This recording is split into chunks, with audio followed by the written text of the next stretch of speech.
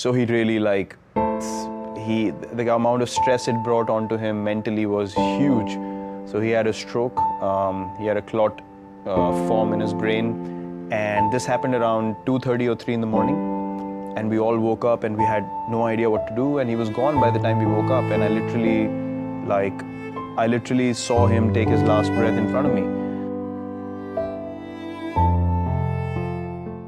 So he used to do online share trading, and that was something that became quite a big thing back then when in 2006, then his online share trading account suddenly crashed. So one transaction went really bad, and all the transactions that he'd done before that and whatever he had accumulated sort of went down in a go.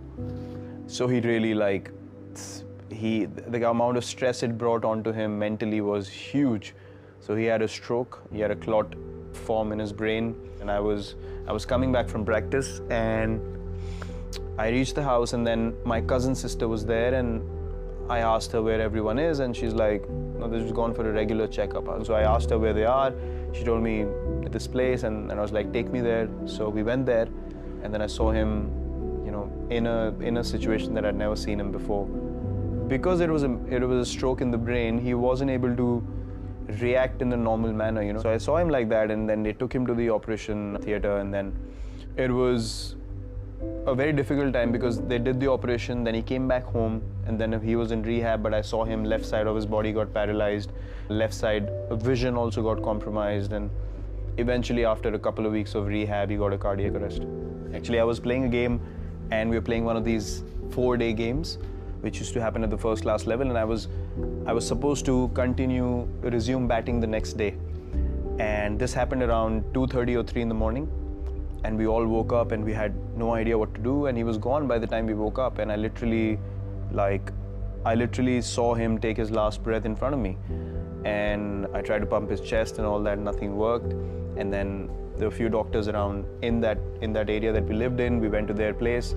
No one opened the door because it was 3 in the morning. We couldn't get any response, and then we drove him to the hospital. But by the time they tried electric shocks and everything, all those kind of things, but nothing worked. He couldn't recover at all. So my sister and my brother and my mother, they all broke down, and funnily enough, I couldn't cry at all. There was no emotion coming out of me, and I just became blank. I couldn't register what just happened. And then I called my coach in the morning, and I told him what had happened, and then he asked me, what do you want to do? I said, I want to go and play. For me, leaving a cricket match was something which was not acceptable, regardless of what happened in life. Not going to a match was not an option I ever had, or I couldn't register that option in my mind.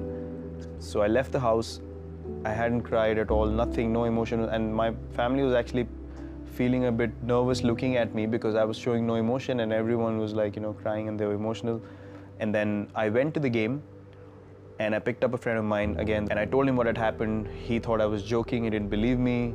We kept going, we reached the stadium, and when we reached the stadium and I sat in the change room, and he told everyone what had happened. So when everyone came around me to tell me, we're sorry for you, and that's the time I really broke down, and that's the time all that emotion came out, and I don't know why. I was upset because the umpire in the game made a wrong decision, and he gave me out when I wasn't out.